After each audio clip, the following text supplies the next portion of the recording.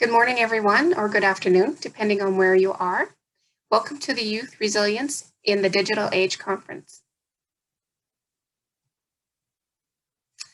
The Canadian Teachers Federation and the Boys and Girls Clubs of Canada recognize the contributions of the First Nations, Métis, and Inuit peoples of Canada.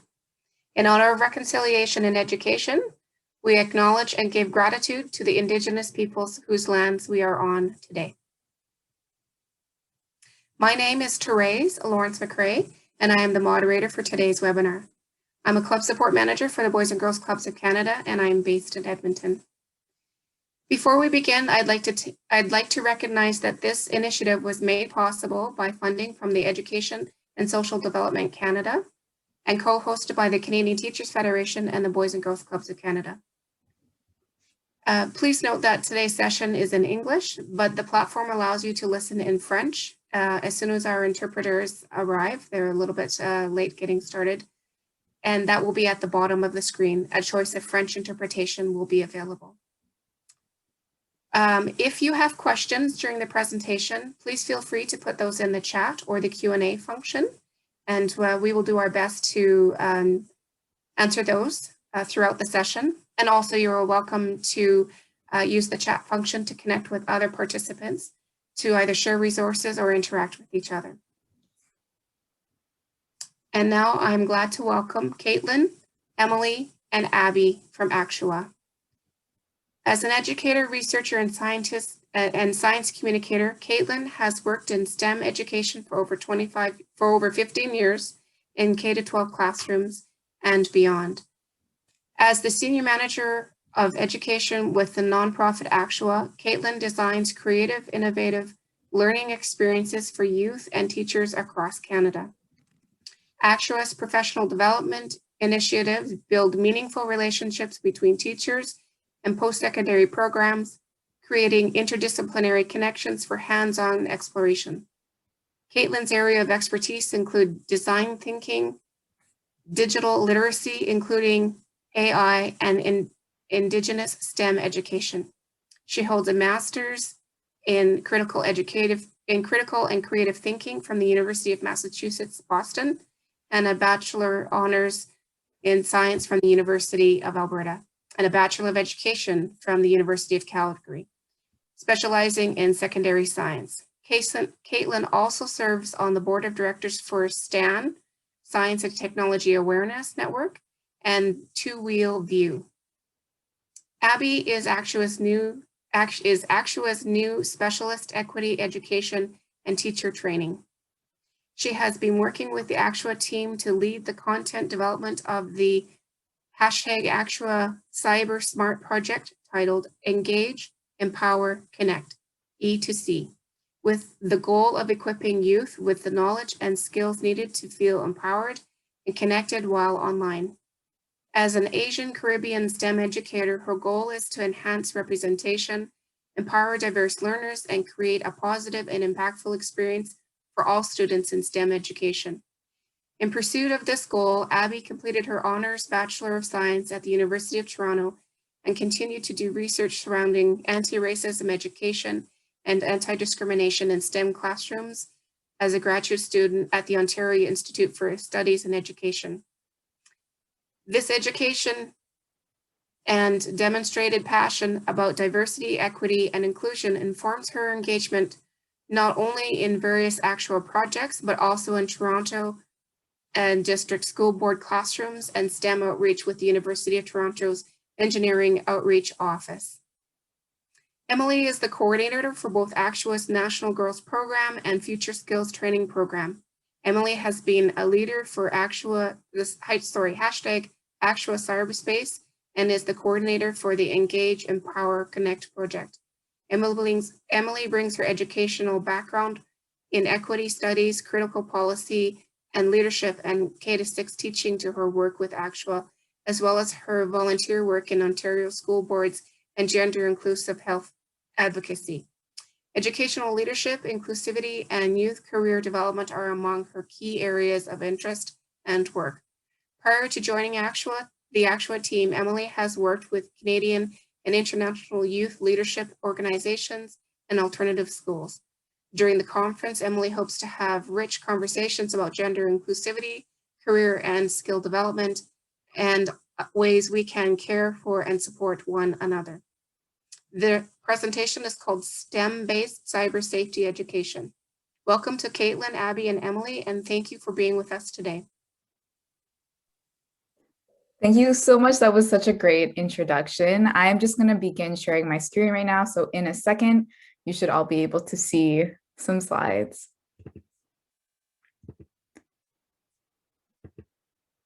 Right, I'm hoping we can see it. Okay, I see some thumbs. That's excellent. So hey everyone, happy Friday. We're really excited to be here speaking to you about this work. It's something that we've been working on for quite some time, and we're happy to tell you more about it. So again, it's going to be myself speaking about it, Emily Hartman, and also Caitlin. Okay, so this is our very first slide. Phishing for Risks is actually the title of one of our activities in the E2C CyberSmart series, which we're going to tell you about shortly. But before we tell you more about that project, we think it's important to start off with this minds-on activity to get you thinking about the importance of this work. So what we're going to do right now is use that poll option. We have a statement that we would love for you to respond to through the poll. The statement is, I have experienced phishing, or I have experienced a phishing attempt before. So if you could use the poll option, I see that it's popped up on my screen. You're answering the very first one. And the options are either yes, no, or I have no idea what phishing is, and that's totally okay. And we'll give you some time to do that before we move on.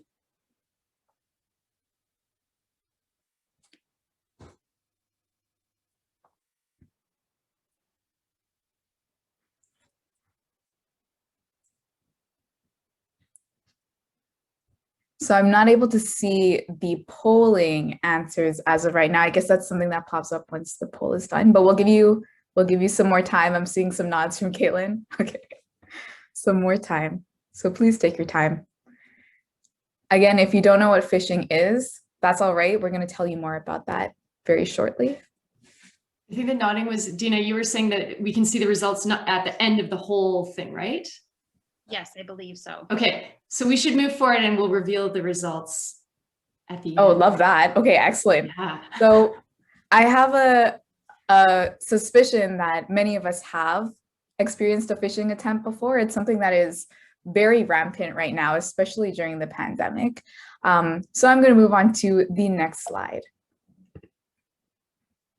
Okay, so here we have some examples of phishing attempts. Again, this is something, at least the word itself might be something that is very familiar to you, especially because they're on the rise right now during the pandemic. And phishing, here are some examples, right? Phishing is an example of social engineering, and it's actually an attempt to trick the user to sharing information, especially information that is private and sensitive. So things like emails and passwords, usernames, addresses, things like that.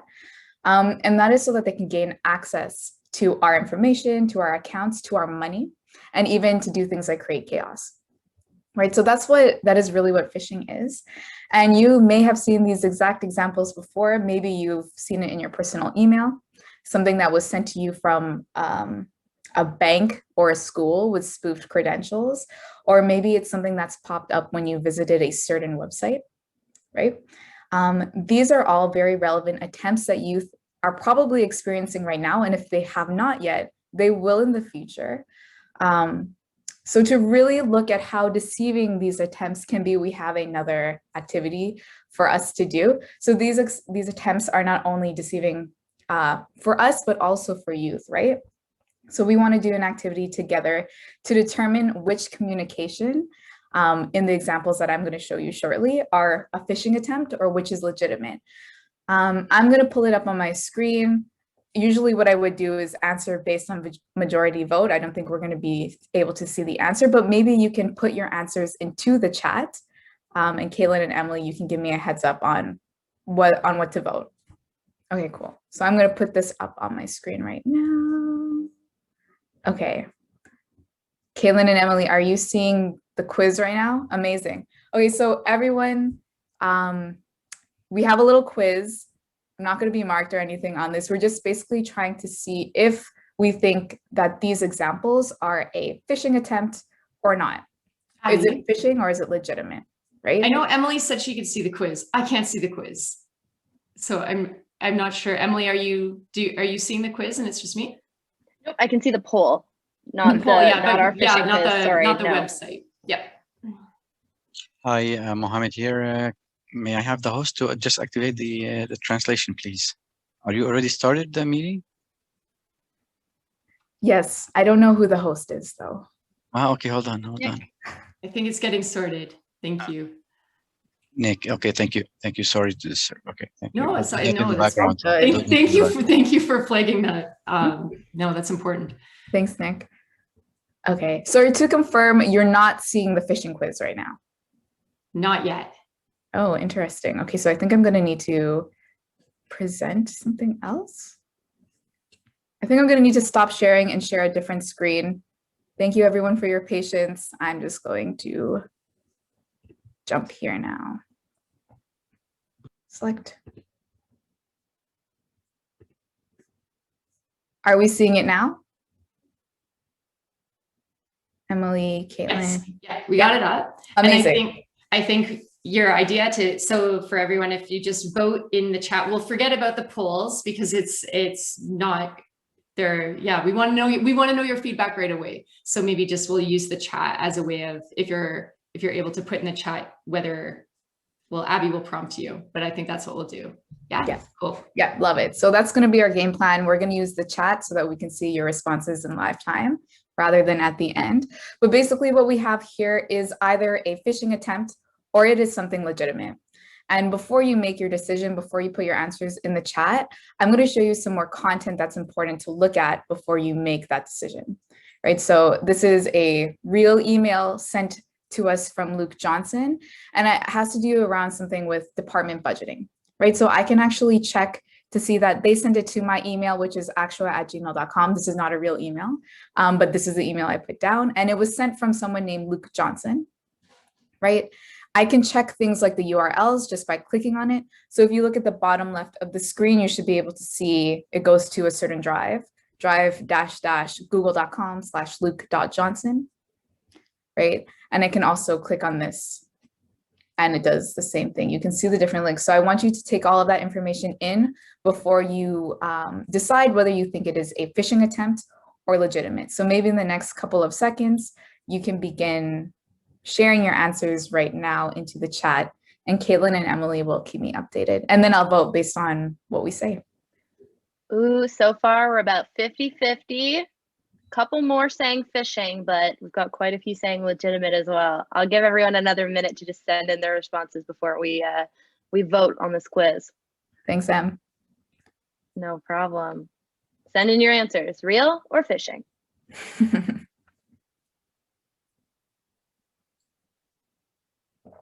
Okay, I just got 2 more votes for legitimate.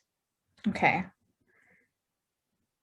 Sounds Someone like it's says pretty your close. department budget should come from your email domain. Someone else said phishing. I think the phishings outweigh the legitimates. Okay, cool. So I'm going to go with that. Thank you, Emily, so much. I'm going to press phishing and let's see, correct. This is a phishing email. But you can see that it was very fishy. Some of us were not able to tell whether this was legitimate or a phishing attempt. And that could have led to us actually clicking a document, maybe downloading malware. So this just shows us an example of how difficult it can be to really tell what is legitimate and what is not. So I want to go to another one. We're going to do about 2 more. Caitlin, Emily, are you able to see a different question now? Because I clicked a different tab. Okay, cool. So this is another one. This has to do with Dropbox. Dropbox, I get lots of these emails. We're going to do the same thing. I'm going to click on something so that you can see some additional information that you should be checking before actually clicking anything in these emails. So Dropbox came from no-reply@dropboxmail.com, right? Sent to my address. Up. I can click different links, so I'll go ahead and do that. When I click this one, it says dropbox.com/buy. When I click this one, it says dropbox.com/help/ space / get more space. And then I'll show you this one as well, dropbox.com/business. So again, these are what you want to do when looking at these emails is hover over certain links before actually clicking it or actually trying to legitimize the links that are in the email, because you don't want to download anything that is like malware, or you don't want to. So far, we've got 5 for legit. Okay, 6 okay. for legit. Everyone's legit so far. Anyone think it's phishing? Any takers? Who wants to fish? Nope, we've got everyone saying legit. Amazing. Oh, 1 phishing, but Oof. Okay, so I click legit. It is true. This is a legit one. The sender is dropboxmail.com, which seems unusual, but it's actually legitimate, right? And we checked that the URLs are secure links. So we all did that. And I'm now going to go to our next one, which is going to be our last one. Let me just move this. And here we are. We may have seen some things similar to this. I'm going to do the same thing. You will put your votes in the chat. So this was received from no-reply@google.support, right? If I click on this, we see a very fancy link at the bottom left.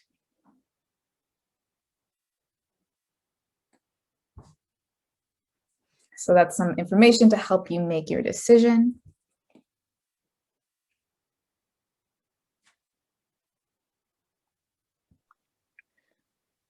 all right, so far the phishings are in the lead. Okay, cool. People are calling this one a phishing attempt. Yep. Amazing. Okay, so I'm just going to go ahead and click. Great, correct. This email used a lookalike URL. So maybe some of us were thinking, okay, maybe it is legitimate, but I think at the end we realized that it seems more like a phishing attempt than anything else. So basically, we just did a little bit of a quiz on phishing, and this is just a snapshot of a bigger activity that youth do during the E2C project series. Kaylin is going to share more information on that right now. I'm just going to stop sharing this and jump into the slides again. Awesome. Thanks, Abby. No worries. So this phishing activity, this is part of a much larger educational initiative that ACTUA is we're rolling out this year, and it's a multi-year project called the Engage, Empower, Connect, or E2C project. And this is an initiative that that we are focusing on in terms of empowering youth with cyber safety smarts, both for staying safe online, but also for building healthy relationships and connections online. So the reason we called it E2C, Engage, is around providing youth with essential tools to stay safe online, empowering them with knowledge, as well as coming at this from a place not of fear-based teaching, which I think a lot of us have seen in society, but rather empowering them with education and knowledge so that they can make smart decisions. And then our Connect piece, as I said, is around relationship building. So how do you form healthy, strong connections and relationships in online spaces while still staying safe? So the goal of the E2C project is ultimately to empower youth. We're working on this project with youth in the age bracket of 8 to 14. And this is in part because we are piloting this in collaboration with the Boys and Girls Clubs of Canada.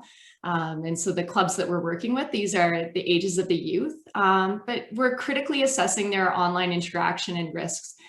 This is an age group that we know they're starting to get interested in social media, and they're doing more activities, whether it's educational or in their social lives in online context. So wanting to make sure that we're hitting them with that critical information and opportunities to practice smart choices at a young age.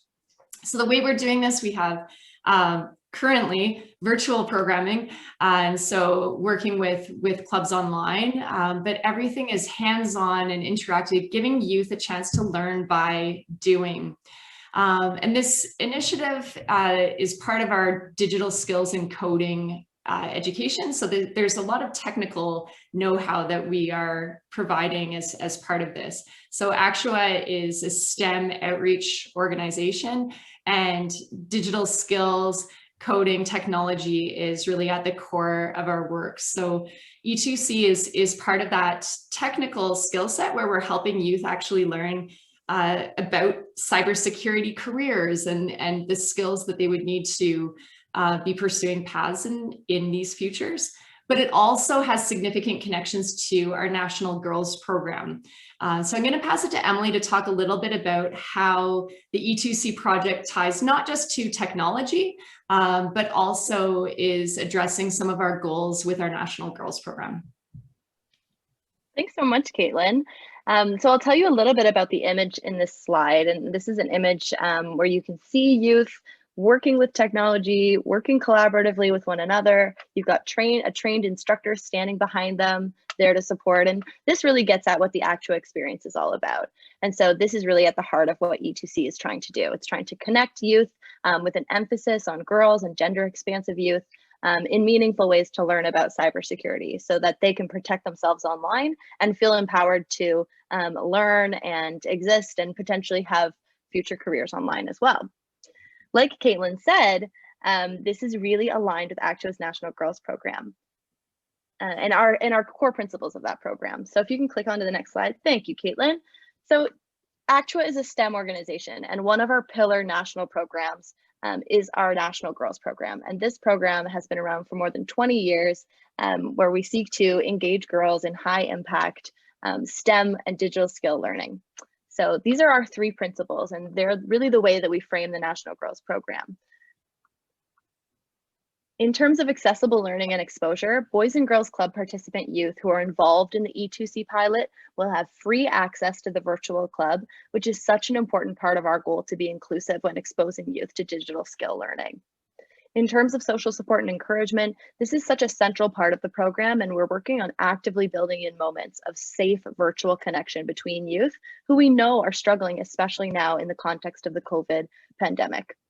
We want to create encouraging and engaging moments of connection between youth, but also integrate those mentors and professionals from different cybersecurity fields to show youth that these are very real careers out there that they can be thinking about, in addition to keeping themselves safe in their day-to-day use online. And then finally, sense of identity and belonging. And we really believe that all youth should have the opportunity to self-identify with digital skills. And the E2C project, youth will have an opportunity to explore online safety through these really exciting content pieces that we've created that Abby will talk to you a little bit about next, and explore who they are online in ways that are safe. As Caitlin mentioned, something that we see a lot when it comes to like digital citizenship and virtual safety is teaching youth to be safe online with models that are fear-based or deficit-based. And we know that having youth be afraid of the internet is not how we want to meaningfully teach and support digital citizenship learning. Treating youth as though they're unable to protect themselves or that they're passive when it comes to internet use can actually reinforce ideas that youth feel disempowered, disengaged, and disconnected from one another. There are many risks to being online. In fact, we were in a conference the other day and someone said being online is inherently risky. And so things like password protection, data security, online bullying, child exploitation, screen time concerns, these are all some of the things that we're up against. But by giving youth the skills that they need to protect themselves online, we're really helping them to be empowered to really take care of themselves in the work that they're doing online and the learning. So I wanted to pose this question to the group. I know everyone here is interested in cybersecurity and digital resilience, and I would love for folks to just pop their thoughts in the chat, maybe for a couple of minutes here, on the risks and opportunities they have for youth online. Sorry, no, we have our Jamboard. I'm sorry, you do not need to type in your answers. We've got a whole interactive activity for that. Yeah, I'm so just going to stop. Oh, yeah. You go ahead, Abby. I was going to say, I'm just going to stop sharing my screen so that Emily, you can share the Jamboard. I think I'm supposed to share the Jamboard. Someone's go gonna ahead, someone's Caitlin. gonna share the Jamboard. All right. We'll pull up the Um, Jamboard. Thanks, Caitlin. Love it. All right. So hopefully, Abby, can you see the Jamboard? I see it. Amazing. All right. So I put the link in the chat. I can see some of you have clicked on it. If everyone could click on it, that would be amazing.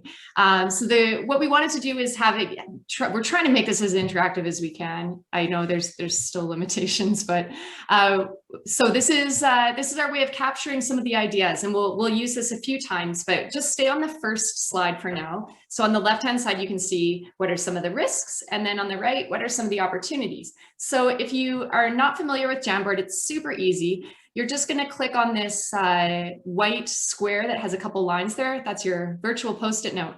And when that comes up, you'll get a sticky note. And if you could just type a word or a phrase, whether you think it's a risk or an opportunity. And once you've made that, you can click and drag it over into the appropriate spot of our virtual whiteboard. And please make as many as you want. We're trying to capture as many ideas as possible.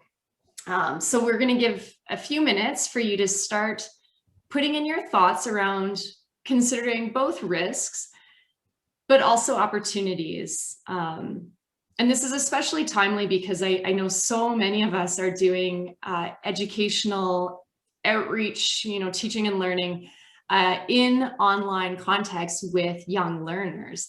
And so hopefully you've been seeing some really great things also come out of the last year with increased online activity and online teaching and learning.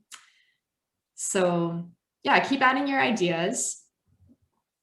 I'm seeing lots of great things around skill building and those like essential professionals or like life skills around like creativity and communication and things that have a lot of relevance no matter what people are doing in their future paths. I was hoping to see that turn into a drawing, whoever was drawing on there. You don't have to limit yourself to Post-it notes. In terms of risks, yeah, cyber stalking and catfishing. I'm going to move this making new friends. Well, maybe that's a risk and an opportunity, making new friends. That could be either. Sexploitation, for sure. So Abby will speak more to this when we get to the content side of things, but a lot of these risks that you're all seeing around harassment and data theft, and these are core concepts and core learning ideas in our activities. So we recognize those risks and want to educate young people about them.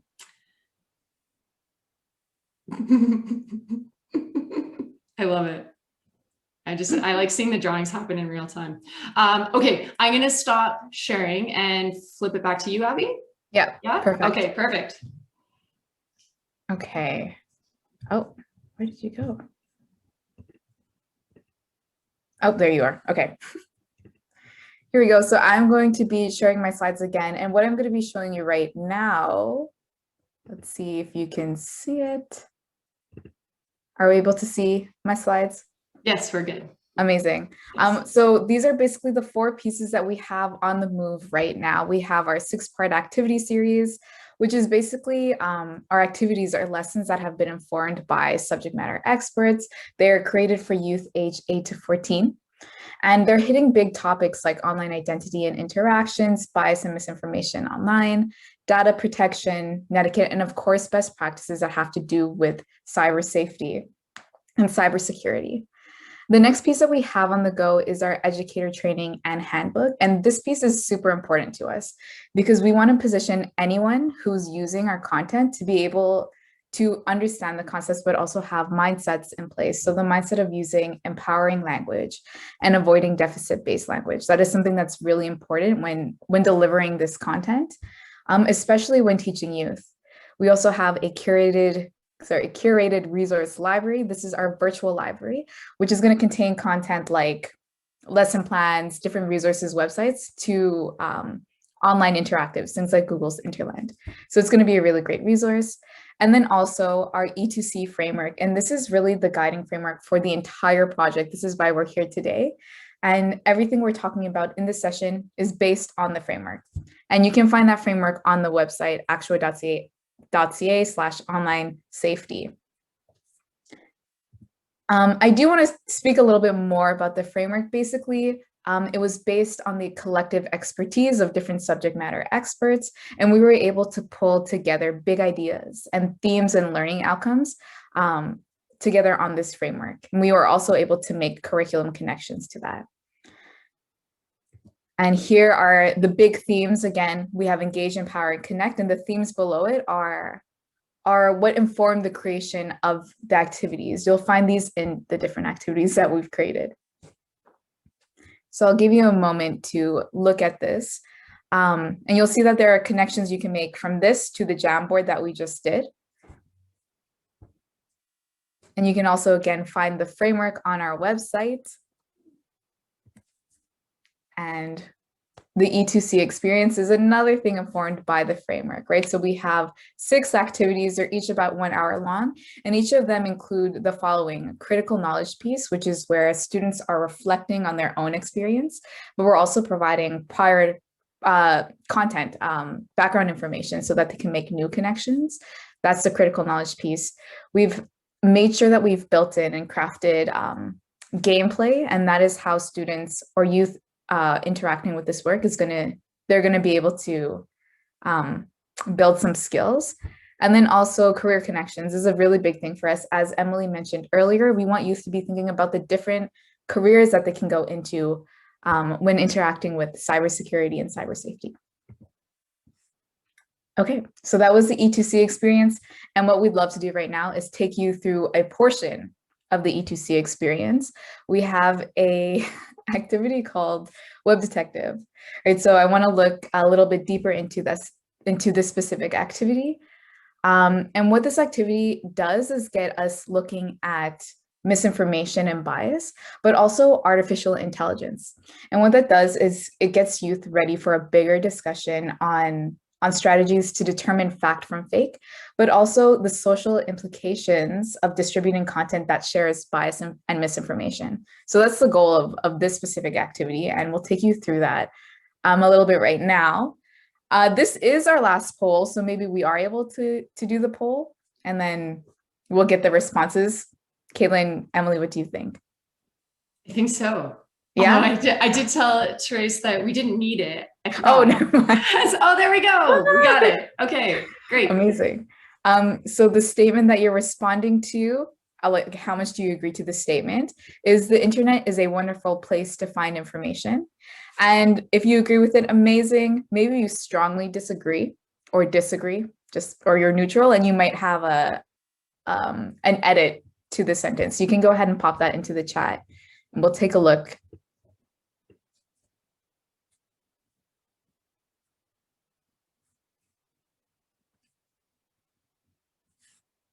We'll give you some time. Caitlin, Emily, let me know if anything is being said in the chat.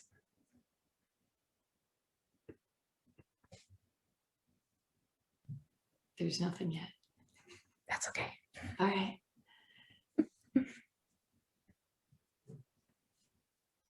And that's totally okay. Maybe we think that this is the best statement. I think maybe a couple more seconds before. I'm going to assume we just close the poll, and then we'll be able to see responses. Yeah, I'll close the poll now. Thank you. And here are the results. Amazing. Oh, nice. Okay, so we have no disagrees. We have lots of strongly agrees. We have agrees. That's awesome. Thank you so much. So we want to thank you for sharing your thoughts on this statement. I think that this statement can actually be improved a little bit, and you'll see what I mean as we continue to go through the slides. But I think that a better statement might be that it is a wonderful place to find information. Yes, that is true, but it's more true if you know how to determine what is accurate and what is credible from what shares bias and misinformation. So for me, that might be a better way to edit the sentence. I am now going to put up a video on the screen. You'll see it shortly. Won't play it just yet, but basically a lot of information is created online and also distributed on the internet. And a very recent and a very popular video that was shared at the end of 2020 is this one. I'm going to press play and we're going to talk about it very shortly. The video is it's less than a minute. Just pay attention to what the Queen says. So I'm going to press play. If we're having any issues hearing, please let me know. On the BBC, I haven't always been able to speak plainly and from the heart. So I'm grateful to Channel 4 for giving me the opportunity to say whatever I like without anyone putting words in my mouth. If there is a theme to my message today, it is trust. Trust in what is genuine and what is not. 2020 has been a challenging year for us all. One thing that has sustained many of us is our families, which is why I was so saddened by the departure of Harry and Meghan. There are few things more hurtful than someone telling you they prefer the company of Canadians. On the BBC, I have... Okay, so I hope you were all able to hear that. And this might be your reaction to what the Queen just said about Canadians. But basically users that are watching this video without any context or without doing additional research might have the same reaction that you're seeing on this screen. So what I want to do is fill you in a little bit more about the video that we just watched. Let's talk about deepfakes. Right, so the video that we just watched, which actually ends in the Queen dancing, apparently, is a deepfake. And it's a deepfake that was created by Global News. And the goal of this was really to educate the public on misinformation or about misinformation, right? So deepfakes are powered by artificial intelligence, and essentially they combine or they replace content in such a way that it makes it really hard to tell that it's fake. It looks very authentic, like what we had just seen. And one of the activities within our series actually has participants thinking critically about deepfakes, like the one that we've just watched. These deepfakes have become very popular over the recent years, and they're actually shared very widely through social media.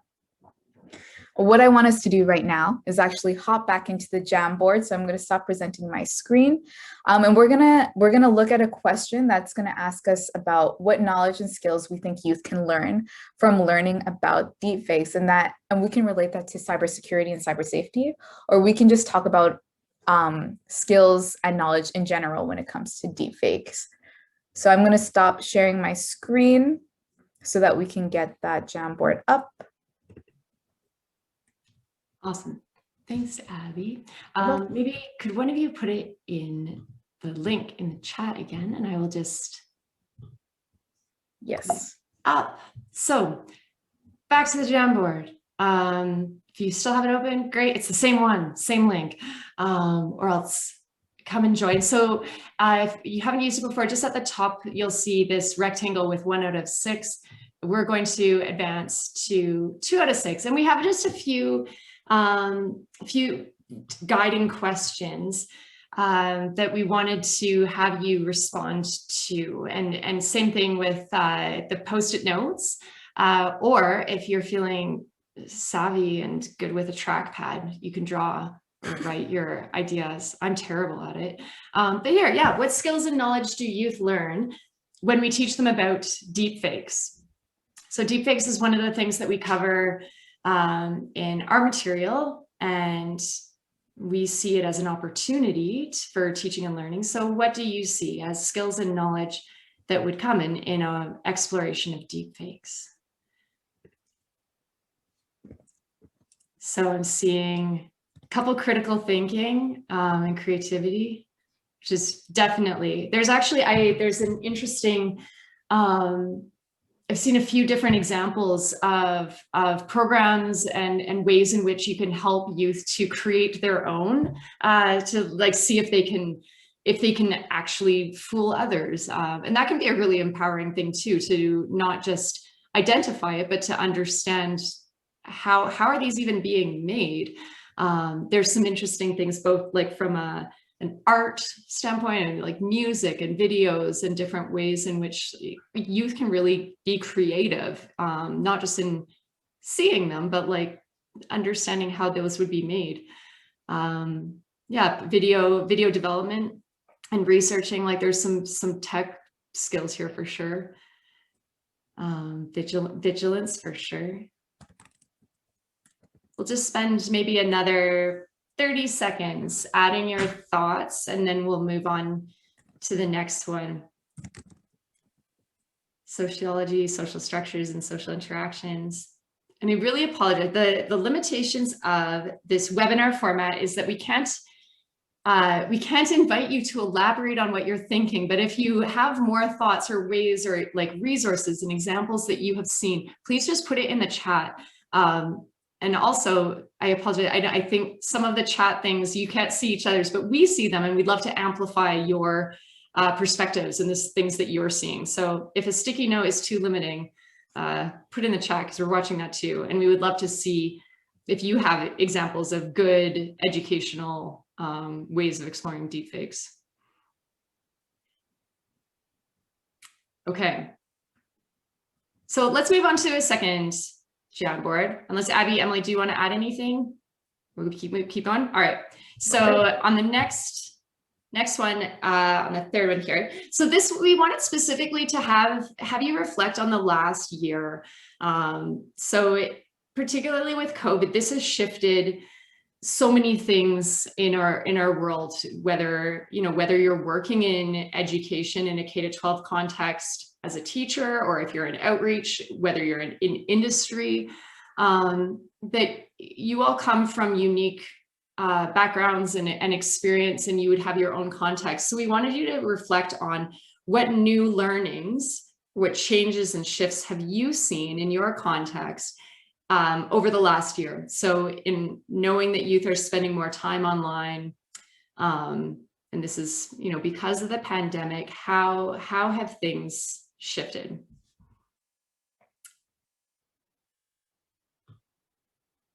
And again, we'll just spend a minute or two here. And this could be both for like what you're seeing if you work with youth, how youth are using technology, and whether as a parent or an educator, what that looks like, but also for you as an employee or like a worker, or your business context, what has changed for you in terms of how you're managing teaching and learning online. Yeah, youth are sharing passwords, need to learn the risk for sure. Youth need to learn that they can opt out of sharing data.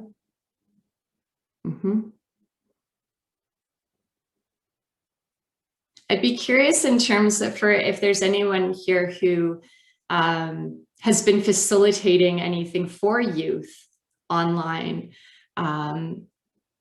whether that's for your work or in extracurriculars. I had a conversation last night about online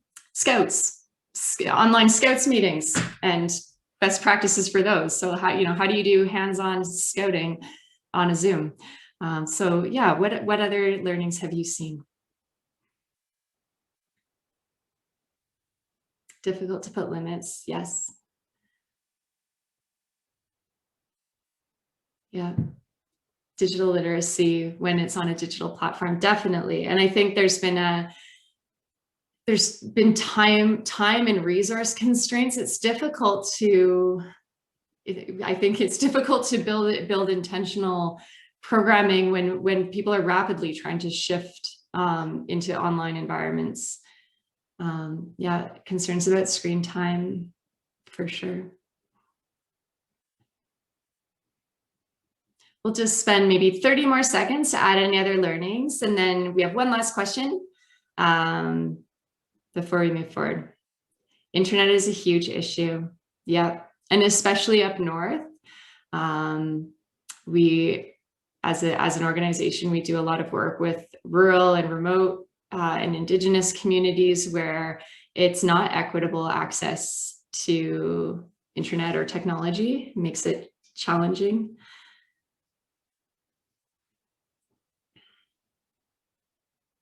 Okay, I'm going to move forward. I will say with Jamboard, the beauty of Jamboard if you have ideas about questions we've already been talking about, just go back and keep adding post-its.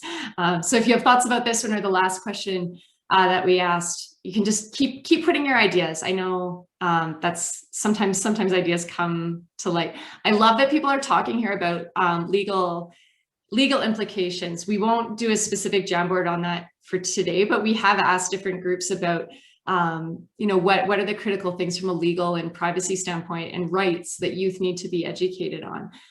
It's really important.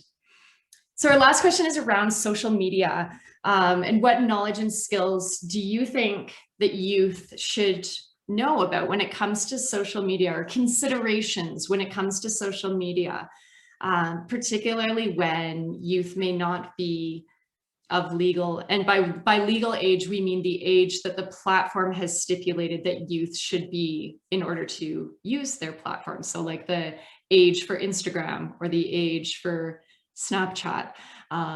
So what do you think that conversation should consider, and what should we be talking to youth about when it comes to social media? So again, we'll take maybe a minute or two to put your ideas here around social media, and what do you think are important considerations?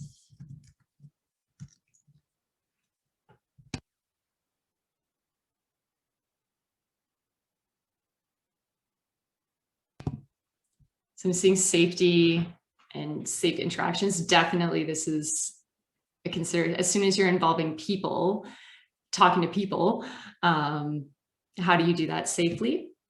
Yeah, it can definitely be a safe place to connect, definitely. And I think, when youth feel that they don't have, especially perhaps they're in a rural community and they maybe don't feel seen or don't feel like they have a safe space where they can express their identity, online can be a really great way for youth to feel connected and seen and accepted by others who share some of their experiences. Yeah, respect and manners and kindness, definitely. Identity theft, for sure. Yeah.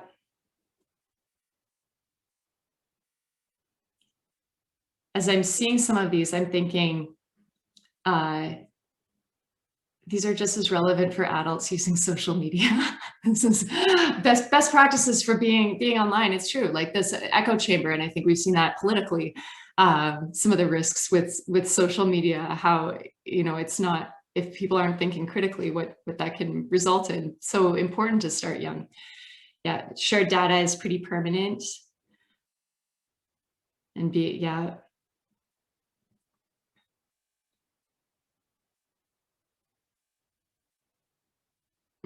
sponsors and partnerships, for sure.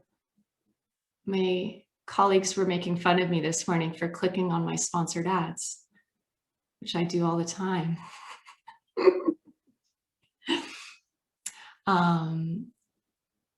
Learning about networking, for sure. Okay, so we'll just take 30 more seconds just to add any thoughts you have on knowledge and skills. These are some great knowledge things. Maybe are there any skills that you would call out in particular that when we're talking about social media that you think need to be considered? And for what it's worth, this is not just a thought exercise. These questions relate directly to the activities that we're piloting with Boys and Girls Clubs this spring. And we're going to be doing some iterative work on them and getting feedback from youth who are going through the activities, and also opportunities like this where we're connecting with other stakeholders in the education system to help us understand, like, what are the key ideas that we need to convey in these activities. So we have a whole activity about connecting online and in social media. And so these ideas are really helpful even for us to identify gaps and, where do we need to ensure that we're helping and supporting youth with their understanding. So this is really awesome to see what you're saying, and also I will be talking shortly about how you can see the material that we've developed and try it out too. So Okay, so I think, again, you still have the link to the Jamboard. So if something pops into your brain and you want to add it, please do for any of these questions. But I'm going to stop sharing my screen and pass it back to Abby. Amazing. So in a moment, you will all be able to see the slides again. You're going to see some numbers and some nice colors. You'll see it very shortly. Okay. Great, we can see it. Just looking for, oh, I'm seeing smiles, so I feel like yes, amazing. So we're just gonna take a minute to look at this graphic here right now. Take in the numbers, they're pretty large, they're very large. Before we discuss the next steps of what is happening in the E2C project, we wanna take a minute to really take these numbers in, right? These numbers are huge, they're astounding. And with this much information being created every day, right? This is every day, and this is something that happened in 2020, meaning that it increases every day. And in 2021, these numbers will look very, very different, but just as big, most likely. With this much information being created, we know that it is more essential, it becomes more essential for youth and even ourselves to know what information is real and what is not real, right? So these numbers are all associated with social media. And if we look at the top right over here, Instagram alone, there's more than 100 million posts uploaded to Instagram, right, to social media. That means that for youth, that's 100 million chances for them to connect with each other, but also with strangers.